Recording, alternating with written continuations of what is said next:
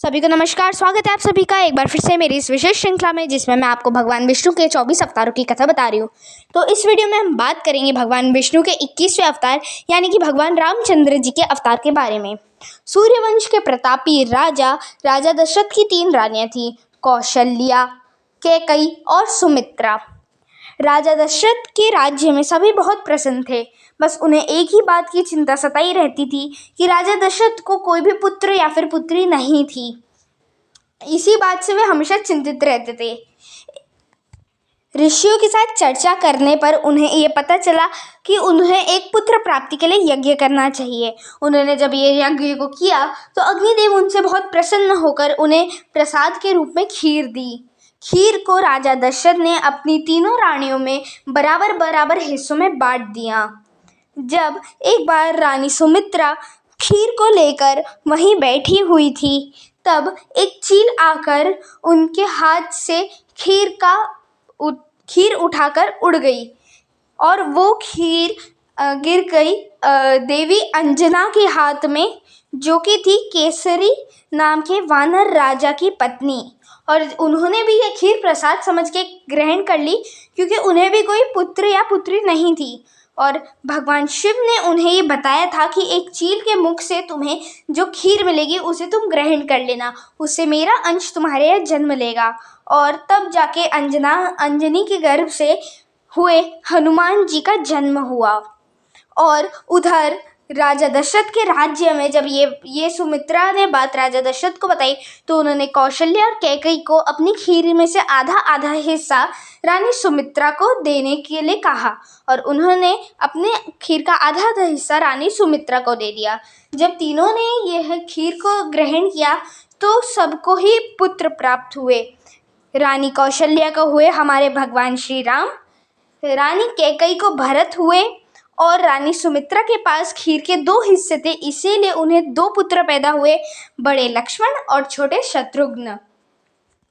तीनों भाइयों में बड़ा ही प्रेम था, परंतु सबसे ज़्यादा प्रेम राम और लक्ष्मण के बीच था और भरत और शत्रुघ्न के बीच था।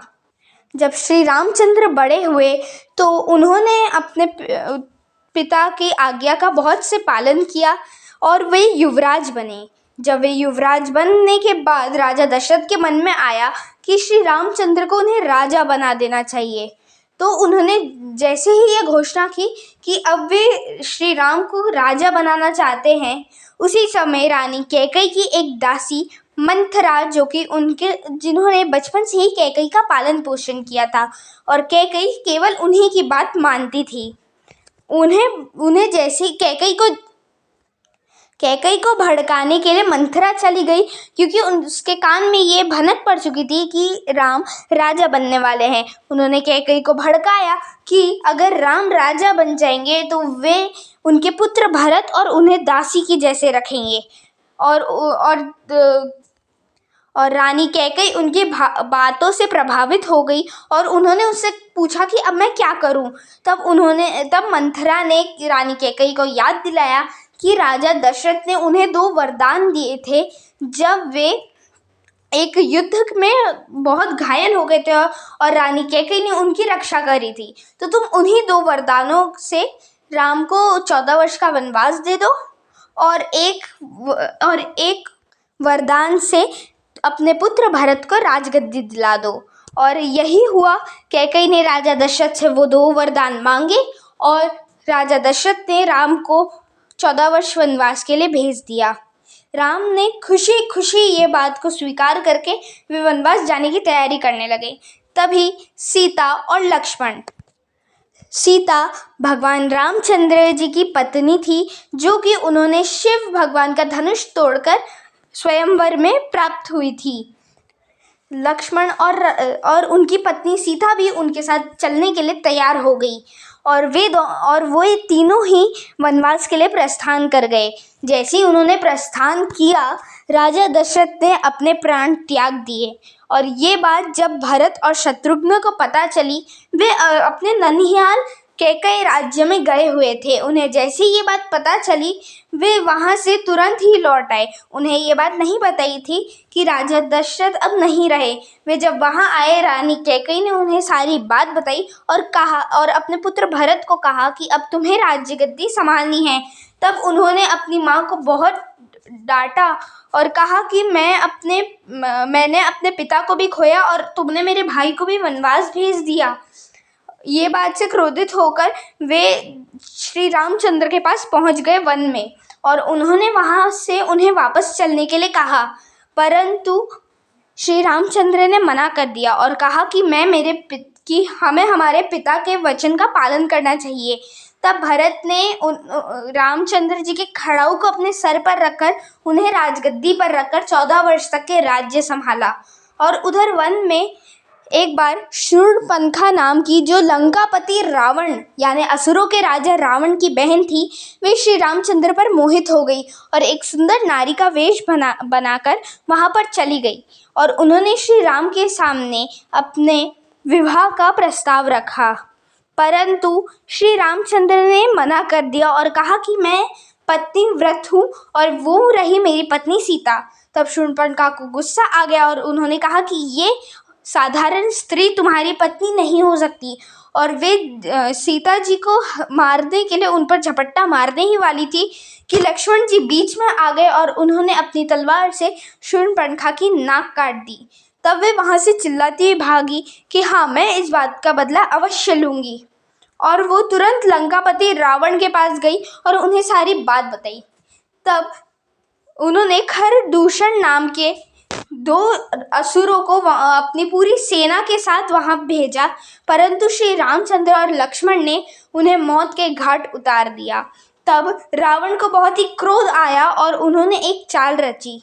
उन्होंने अपने मामा मारीच को वहां लेकर गए और उन्हें एक सुवर्ण मृग बनाकर वहां भटकने के लिए छोड़ दिया। और जब सीता जी की नज़रें उस पर पड़ी तो उन्हें वो बहुत पसंद आया और उन्होंने श्री रामचंद्र को उसे लाने के लिए कहा।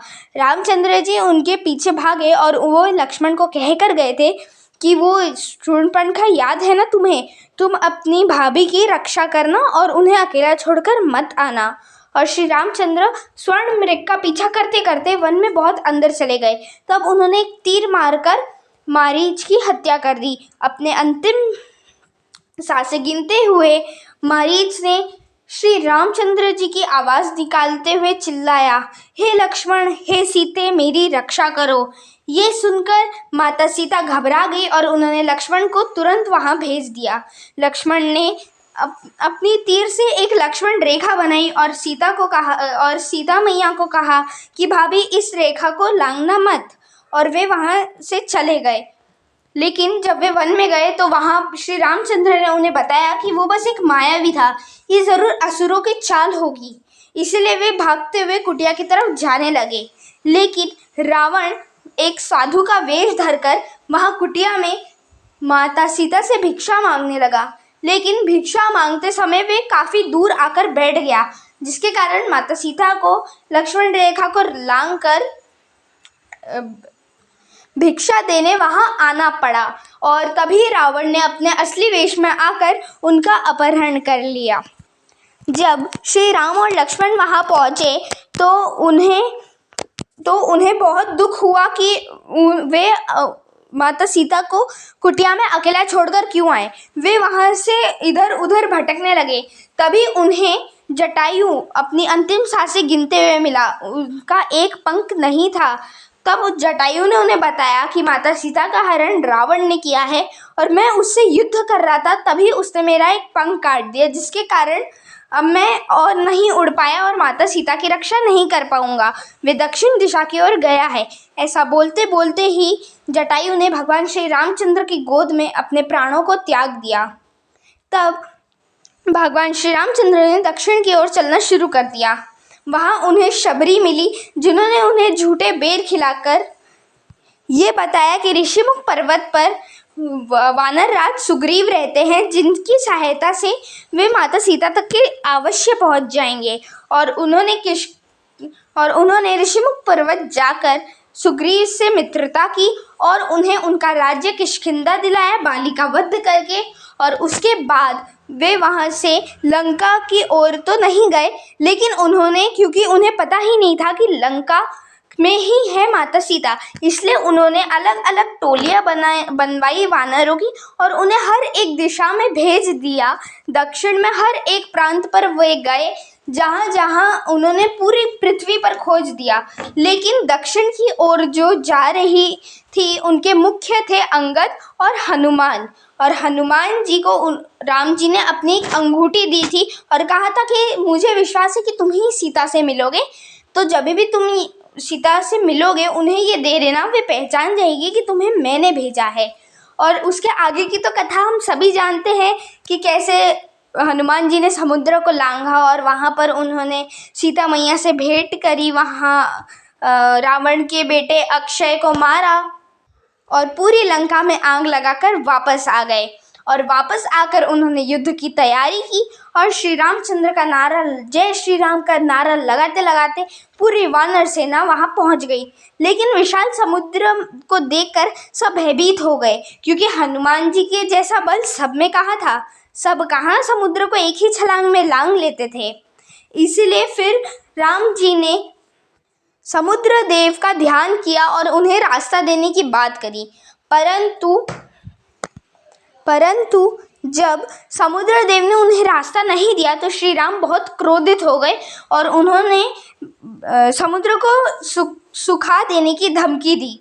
तब वहाँ पर समुद्र देव प्रकट हुए और उन्होंने कहा कि क्षमा कीजिए प्रभु, मैं आपको रास्ता तो नहीं दे सकता, परंतु आपकी सेना में नल और नील नामक के 2 भाई हैं।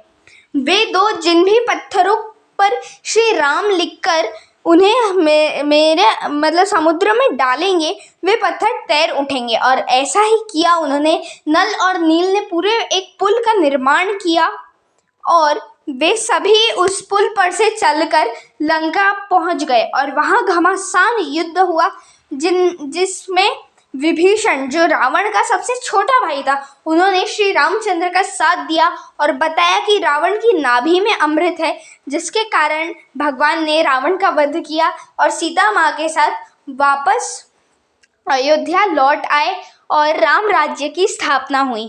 तो ये थी भगवान राम की कहानी। मुझे आशा है आपको ये पसंद आई होगी। Thank you for watching this video. Bye.